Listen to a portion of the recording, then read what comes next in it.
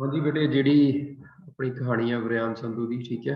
अंग संग हुण इस कहानी दे विच जिहड़ा वरियाम संधू आ कहानीकार, वैसे तो बहुत सारे जिहड़े पुराने कहानीकार तुहाडीआं किताबां 'च लगे हुए आ, ਉਹ बहुत ही ज़्यादा इदां दे कहानीकार आ जिहड़े अज अपनी जीवन लीला जिन्हां दी समाप्त हो गई है, मतलब जिहड़े मर चुके हैं।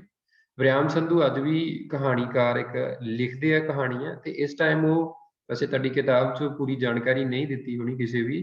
इस टाइम वो कैनेडा विच रह रहे हैं ते उत्थों ही अपनी कहानियां जिहड़ियां वो लिखते हैं। ਤੇ ਉਹਨਾਂ ਦੀਆਂ ਜਿਹੜੀਆਂ ਕਹਾਣੀਆਂ, ਜਿਸ ਤਰ੍ਹਾਂ ਲਾ ਲਓ ਕਿ ਬੁੱਕਸ ਦੇ ਵਿੱਚ ਤਾਂ ਛਪਦੀਆਂ ਹੀ ਛਪਦੀਆਂ, ਨਾਲ ਦੀ ਨਾਲ ਉਹਨਾਂ ਦੀਆਂ ਜਿਹੜੀਆਂ ਕਹਾਣੀਆਂ ਆ ਉਹ ਆਨਲਾਈਨ ਇੰਟਰਨੈਟ ਤੇ ਵੀ ਕਈ ਵਾਰੀ ਉਹਨਾਂ ਦਾ ਜਿਹੜਾ ਕਹਿ ਦਈਏ ਕਿ ਇੱਕ ਉਹਨਾਂ ਦਾ ਫੇਸਬੁੱਕ ਪੇਜ ਹੈ ਉੱਥੇ ਪਾਈਆਂ ਹੁੰਦੀਆਂ ਉਹਨਾਂ ਨੇ। ਕਈ ਵਾਰੀ ਉਹਨਾਂ ਨੇ ਆਪਣੀਆਂ ਕਹਾਣੀਆਂ ਜਿਹੜੀਆਂ ਕਿਸੇ ਕਹਿ ਦਈਏ ਕਿ ਵੈਬਸਾਈਟ ਦੇ ਉੱਤੇ ਅਪਲੋਡ ਕੀਤੀਆਂ ਹੁੰਦੀਆਂ। ਇਹਨਾਂ ਦੀਆਂ ਕਹਾਣੀਆਂ ਉੱਤੇ ਕਹਿ ਦਈਏ ਕਿ ਜਿਹੜੇ ਆਪਣੇ ਪੀਟੀਸੀ ਪੰਜਾਬੀ ਆ ਤੇ ਜਲੰਧਰ ਦੂਰਦਰਸ਼ਨ ਵਰਗੇ ਜਿਹੜੇ ਚੈਨਲ ਹੈ, ਇਹਨਾਂ ਦੀ ਕਹਾਣੀਆਂ ਤੇ ਕਈ ਤਰ੍ਹਾਂ ਦੀਆਂ ਜਿਹੜੀਆਂ ਛੋਟੀਆਂ-ਛੋਟੀਆਂ ਟੈਲੀਫਿਲਮਾਂ ਉਹ ਵੀ ਬਣੀਆਂ ਹੋਈਆਂ। ਆਪਾਂ ਪੜ੍ਹਦੇ ਹਾਂ ਕਹਾਣੀਕਾਰ ਬਾਰੇ। ਪੰਜਾਬੀ ਸਾਹਿਤ ਵਿੱਚ ਲੰਮੀ ਕਹਾਣੀ ਨੂੰ ਪ੍ਰਵਾਨਗੀ ਹਾਸਲ ਕਰਾਉਣ ਵਾਲੇ ਕਹਾਣੀਕਾਰ ਵਰਿਆਮ ਸੰਧੂ ਦਾ ਜਨਮ 10 ਸਤੰਬਰ 1945 ਈਸਵੀ ਨੂੰ ਪਿੰਡ ਚਵਿੰਡਾ ਕਲਾਂ, ਜ਼ਿਲ੍ਹਾ ਅੰਮ੍ਰਿਤਸਰ ਵਿੱਚ ਪਿਤਾ ਸਰਦਾਰ ਦੀਦਾਰ ਸਿੰਘ ਤੇ ਮਾਤਾ ਸ਼੍ਰੀਮਤੀ ਜੋਗਿੰਦਰ ਕੌਰ ਦੇ ਘਰ ਹੋਇਆ।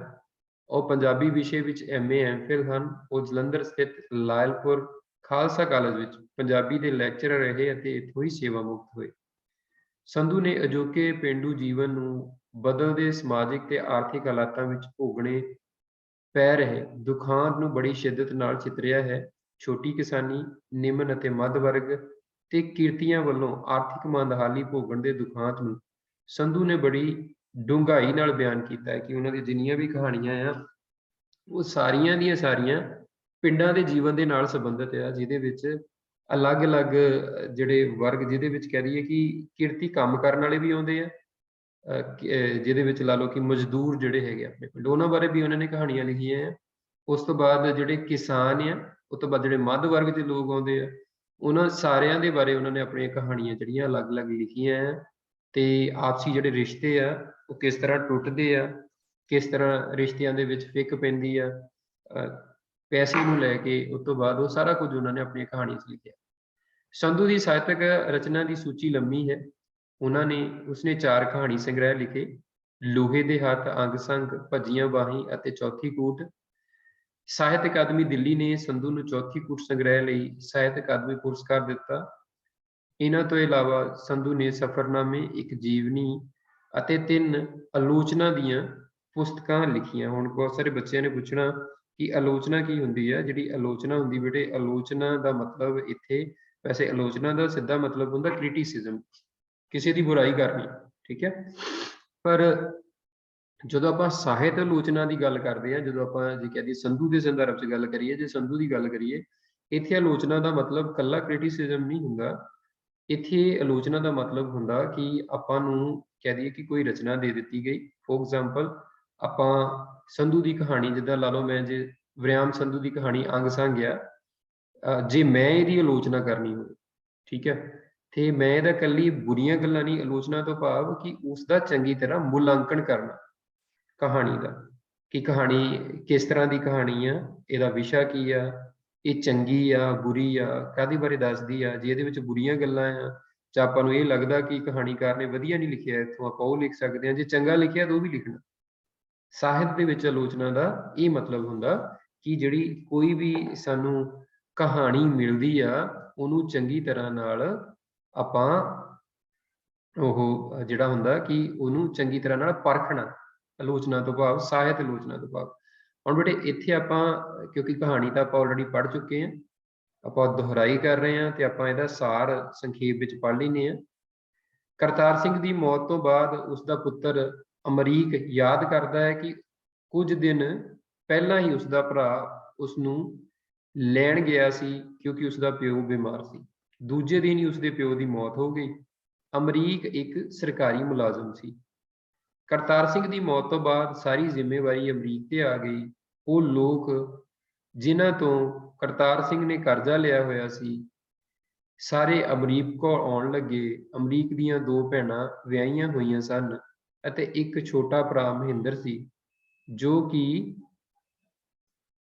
ਆਰਾਮ ਪਸੰਦ ਸੀ, ਅਤੇ ਇੱਕ ਛੋਟੀ ਭੈਣ ਸੀ ਜੋ 7ਵੀਂ 'ਚ ਪੜ੍ਹਦੀ ਸੀ। ਅਮਰੀਕ ਨੂੰ ਯਾਦ ਆ ਰਿਹਾ ਸੀ ਕਿ ਜਦੋਂ ਉਹ ਛੋਟਾ ਸੀ ਤਾਂ ਆਪਣੇ ਪਿਓ ਨੂੰ ਬਹੁਤ ਪਿਆਰ ਕਰਦਾ ਸੀ।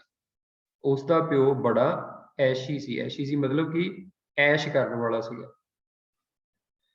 ਉਹ ਬੜੀ ਸ਼ਰਾਬ ਪੀਂਦਾ ਸੀ। ਉਹ ਆਪਣੇ ਪਿਓ, ਜੋ ਕਿ ਸਿੰਗਾਪੁਰ ਵਿੱਚ ਸੀ, ਦੇ ਪੈਸਿਆਂ ਤੇ ਐਸ਼ ਕਰਦਾ ਸੀ। ਉਸਦੇ ਮਰਨ ਤੋਂ ਬਾਅਦ ਉਸਦੇ ਪਿਓ ਨੂੰ ਥੋੜ੍ਹੀ ਔਖ ਹੋਈ, ਪਰ ਕੰਮ ਉਸਨੇ ਫਿਰ ਵੀ ਕੋਈ ਨਹੀਂ ਕੀਤਾ। ਨਸ਼ੇ ਕਰਨ ਦੀ ਆਦਤ ਉਸਦੀ ਹੋਰ ਜ਼ੋਰ ਫੜਦੀ ਗਈ। ਅਮਰੀਕ ਨੂੰ ਯਾਦ ਆਇਆ ਕਿ ਉਸਦੀ ਭੂਆ ਦੀਆਂ ਕੁੜੀਆਂ ਦੇ ਵਿਆਹ ਤੇ ਉਸਦਾ ਪਿਓ ਬਣ ਠਣ ਕੇ ਜਾਣਾ ਚਾਹੁੰਦਾ ਸੀ। ਪੈਸੇ ਨਾ ਹੋਣ ਤੇ ਉਸਨੇ ਆਪਣੀ 2 ਕਿੱਲੇ ਜ਼ਮੀਨ ਗਹਿਣੇ ਧਰ ਦਿੱਤੀ। ਅਮਰੀਕ ਦੇ ਛੋਟੇ ਭਰਾ ਮਹਿੰਦਰ ਨੂੰ ਤਕੜਾ ਹੋ ਕੇ ਅਮਰੀਕ ਨੇ ਛੋਟੇ ਭਰਾ ਮਹਿੰਦਰ ਨੂੰ ਤਕੜਾ ਹੋ ਕੇ ਕੰਮ ਕਰਨ ਲਈ ਕਿਹਾ, ਤਾਂ ਪਤਾ ਲੱਗਾ ਕਿ ਉਸਦੇ ਪਿਓ ਨੇ ਪੌਣਾ ਕਿੱਲਾ ਜ਼ਮੀਨ ਅਮਰੀਕ ਦੀ ਭੈਣ ਦੀ ਸੱਸ ਦੇ ਇਕੱਠ ਤੇ ਗਹਿਣੇ ਪਾ ਦਿੱਤਾ ਸੀ। ਅਮਰੀਕ ਨੂੰ ਬਹੁਤ ਗੁੱਸਾ ਆਇਆ ਕਿ ਉਸਦੀ ਮਾਂ ਨੇ ਉਸ ਕੋਲੋਂ ਕਰਜ਼ਿਆਂ ਅਤੇ ਪਿਓ ਦੇ ਨਸ਼ਿਆਂ ਦੀ ਗੱਲ ਲੁਕੋਈ। ਉਹ ਕਹਿੰਦਾ ਹੈ ਕਿ ਜੇ ਉਸਦਾ ਪਿਓ ਜਿੰਦਾ ਹੁੰਦਾ ਤਾਂ ਜਿਹੜੀ 2 ਕਿੱਲੇ ਜ਼ਮੀਨ ਬਚਦੀ ਹੈ ਉਹ ਵੀ ਗਹਿਣੇ ਪੈ ਜਾਂਦੀ। ਇੰਝ ਜਾਪਦਾ ਸੀ ਕਿ ਜਿਵੇਂ ਹੁਣ ਉਹ ਸਾਰੇ ਘਰ ਦੇ ਸਾਈਂ ਦੇ ਵੇਲੇ ਸਿਰ ਤੁਰ ਜਾਣ ਤੇ ਸੁਰਖਰੂ ਹੋਏ ਮਹਿਸੂਸ ਕਰ ਰਹੇ ਸਨ। ਘਰ ਦਾ ਸਾਈਂ, ਵੈਸੇ ਘਰ ਦਾ ਸਾਈਂ ਸ਼ਬਦ ਵੈਸੇ ਦੇਖੀਏ ਤਾਂ ਸਾਈਂ ਆਪਾਂ ਕਹਿੰਦੇ ਹਾਂ ਪਰਮਾਤਮਾ ਨੂੰ। ਘਰ ਦਾ ਸਾਈਂ ਮਤਲਬ ਘਰ ਦਾ ਮਾਲਕ। ਹੁਣ ਜਿਹੜੀ ਇਹ ਸਾਰੀ ਕਹਾਣੀ ਆ, ਉਹਦੇ ਵਿੱਚ ਪਹਿਲਾਂ ਤਾਂ ਆਪਾਂ ਨੂੰ ਇਸ ਕਹਾਣੀ 'ਚ ਇਹ ਦੱਸਿਆ ਗਿਆ ਕਿ ਕਿਸ ਤਰ੍ਹਾਂ ਜਿਹੜਾ ਅਮਰੀਕ ਆ ਉਹ ਆਪਣੇ ਪਿਤਾ ਦੇ ਤੁਰ ਜਾਣ ਤੇ ਦੁਖੀ ਮਹਿਸੂਸ ਕਰਦਾ ਹੈ, ਤੇ ਸਾਰੇ ਘਰ ਦੇ ਦੁਖੀ ਮਹਿਸੂਸ ਕਰਦੇ ਆ। ਪਰ ਜਦੋਂ ਪਤਾ ਲੱਗਦਾ ਆ ਕਿ ਉਹਨਾਂ ਦਾ ਜਿਹੜਾ ਪਿਤਾ ਆ ਉਹ ਕਰਤਾਰ ਸਿੰਘ, ਉਹ ਕਿਸ ਤਰ੍ਹਾਂ ਹੌਲੀ-ਹੌਲੀ ਕਰਕੇ ਘਰ ਦੀਆਂ ਸਾਰੀਆਂ ਚੀਜ਼ਾਂ ਵੇਚੀ ਜਾਂਦਾ ਸੀਗਾ। ਤੋ ਇੰਨੀਆਂ ਚੀਜ਼ਾਂ ਉਹਨੇ ਵੇਚ ਦਿੱਤੀਆਂ ਕਿ ਇੰਨੀ ਜ਼ਮੀਨ ਜਿਹੜੀ ਉਹ ਗਹਿਣੇ ਪਾਤੀ, ਤਾਂ ਘਰਦਿਆਂ ਨੇ ਮਹਿਸੂਸ ਕੀਤਾ ਕਿ ਚੰਗਾ ਹੋਇਆ ਕਿ ਉਹ ਕਿਤੇ ਨਾ ਕਿਤੇ, ਜਾਣੀ ਕਿ ਮੂੰਹੋਂ ਤਾਂ ਨਹੀਂ ਕਹਿੰਦੇ, ਸਿੱਧੇ ਤੌਰ ਤੇ ਇਸ ਕਹਾਣੀ ਦੇ ਵਿੱਚ ਵੀ ਉਹ ਸਾਰੇ ਇਸ ਗੱਲ ਨੂੰ ਮਹਿਸੂਸ ਕਰਦੇ ਆ ਕਿ ਕਿਤੇ ਨਾ ਕਿਤੇ ਜਿਹੜਾ ਉਹਨਾਂ ਦਾ ਘਰ ਦਾ ਸਾਈਂ ਆ, ਜੇ ਉਹ ਵੇਲੇ ਸਿਰ ਚਲਾ ਗਿਆ ਤਾਂ ਚੰਗੀ ਗੱਲ ਹੈ, ਕਿ ਮਰ ਗਿਆ ਤੇ ਚੰਗਾ ਹੋਇਆ, ਨਹੀਂ ਤਾਂ ਜੋ ਕੁਝ ਘਰ ਦੇ ਵਿੱਚ ਬਚਦਾ ਸੀਗਾ ਉਹ ਵੀ ਸਾਰੇ ਦਾ ਸਾਰਾ ਗਹਿਣੇ ਹੋ ਜਾਣਾ ਸੀ। ਇਹ ਜਿਹੜੀ ਕਹਾਣੀ ਆ ਨਾ ਸਿਰਫ ਪੁਰਾਣੇ ਸਮੇਂ ਦੇ ਵਿੱਚ ਜੋ ਪਿੰਡਾਂ ਦੇ ਹਾਲਾਤ ਸੀ ਉਹਨੂੰ ਦਰਸਾਉਂਦੀ ਹੈ, ਬਲਕਿ ਅੱਜ ਵੀ ਜੋ ਸਾਡੇ ਸਮਾਜ ਦੇ ਵਿੱਚ ਹਾਲਾਤ ਹੈ, ਸਿਰਫ ਨਸ਼ਿਆਂ ਦੇ ਰੂਪ ਬਦਲ ਗਏ ਆ। ਕਿ ਜਿਹੜੇ ਨਸ਼ੇ ਲੋਕ ਪਹਿਲਾਂ ਕਰਦੇ ਸੀ ਕਿ ਸ਼ਰਾਬ ਜ਼ਿਆਦਾ ਪੀਂਦੇ ਸੀਗੇ, ਅੱਜ ਸ਼ਰਾਬ ਦੀ ਥਾਂ ਤੇ ਹੋਰ ਨਸ਼ੇ ਆ ਗਏ। ਤੇ ਪਿੰਡਾਂ ਦੇ ਵਿੱਚ ਜਿਹੜੇ ਹਾਲਾਤ ਆ ਲੋਕਾਂ ਦੇ, ਜਿਹੜੇ ਨਸ਼ੇ ਕਰਨ ਵਾਲਿਆਂ ਦੇ ਹਾਲਾਤ ਹੈ, ਉਹ ਅੱਜ ਵੀ ਉਸੇ ਤਰ੍ਹਾਂ ਬੁਰੇ ਦੇ ਬੁਰੇ ਹੀ ਹੈ ਕਿ ਉਹਨਾਂ ਦੇ ਘਰ ਦਾ ਜਿਹੜਾ ਸਮਾਨ ਆ ਉਹ ਵਿਕ ਜਾਂਦਾ ਆ, ਜ਼ਮੀਨਾਂ ਗਹਿਣੀ ਹੋ ਜਾਂਦੀਆਂ ਆ। ਤੇ ਪਰ ਦੁੱਖ ਤਾਂ ਘਰ ਦੇ ਜੀਅ ਦੇ ਤੁਰ ਜਾਣ ਦਾ ਹਮੇਸ਼ਾ ਹੁੰਦਾ ਹੀ ਹੁੰਦਾ। ਘਰ ਦੇ ਵਿੱਚ ਜਿਹੜਾ ਉਹਨਾਂ ਦਾ ਕਦੇ ਕੋਈ ਵੀ ਜੀਅ ਆ, ਚਾਹੇ ਉਹ ਕਿਸੇ ਦਾ ਪੁੱਤਰ ਆ, ਚਾਹੇ ਪਿਓ ਆ, ਜਦੋਂ ਮਰ ਜਾਂਦਾ ਦੁੱਖ ਤਾਂ ਹੁੰਦਾ ਹੀ ਹੁੰਦਾ। ਪਰ ਕਿਤੇ ਨਾ ਕਿਤੇ ਅਸਿੱਧੇ ਤੌਰ ਤੇ ਜਿਹੜੀ ਕਹਾਣੀ ਦੇ ਵਿੱਚ ਗੱਲ ਕਹੀ ਗਈ ਆ ਕਿ ਘਰ ਦੇ ਸਾਈਂ ਦੇ ਵੇਲੇ ਸਿਰ ਤੁਰ ਜਾਣ ਤੇ ਸੁਰਖਰੂ ਹੋਏ ਮਹਿਸੂਸ ਕਰ ਰਹੇ ਸਨ, ਕਿ ਕਿਉਂਕਿ ਉਹ ਨਸ਼ੇ ਦੇ ਮੂੰਹ ਸਾਰਾ ਕੁਝ ਉਜਾੜੀ ਜਾ ਰਿਹਾ ਸੀ, ਇਸ ਲਈ ਉਸਦੇ ਜਾਣ ਤੇ ਸ਼ਾਇਦ ਘਰ ਦੇ ਸੁਖੀ ਮਹਿਸੂਸ ਕਰਦੇ ਸੀਗੇ ਕਿ ਚੰਗਾ ਹੋਇਆ ਮਰ ਗਿਆ, ਨਹੀਂ ਤਾਂ ਜਿਹੜਾ ਬਾਕੀ ਬਚਦਾ ਸਮਾਨ ਸੀਗਾ ਉਹ ਵੀ ਉਹਨੇ ਵੇਚ ਦੇਣਾ ਸੀ। ਠੀਕ ਹੈ, ਹੁਣ ਆਪਾਂ ਪ੍ਰਸ਼ਨ ਉੱਤਰਾਂ ਤੇ ਆਉਂਦੇ ਹਾਂ। ਜਿਹੜੇ ਸਾਡੇ ਪ੍ਰਸ਼ਨ ਉੱਤਰ ਸੀ ਇਸ ਕਹਾਣੀ ਦੇ ਵਿੱਚ, ਇਸ ਕਹਾਣੀ ਅੰਗ ਸੰਗ ਵਿੱਚ ਅਜਿਹੀ ਕਿਹੜੀ ਘਟਨਾ ਵਾਪਰੀ ਜਿਸ ਕਾਰਨ ਘਰ ਵਿੱਚ ਹਨੇਰੇ ਵਾਤਾਵਰਨ ਵਰਗੀ ਚੁੱਪੀ ਛਾ ਗਈ ਹੋਈ ਸੀ? ਕਰਤਾਰ ਸਿੰਘ ਦੀ ਮੌਤ ਪਿੱਛੋਂ ਉਸਦੀ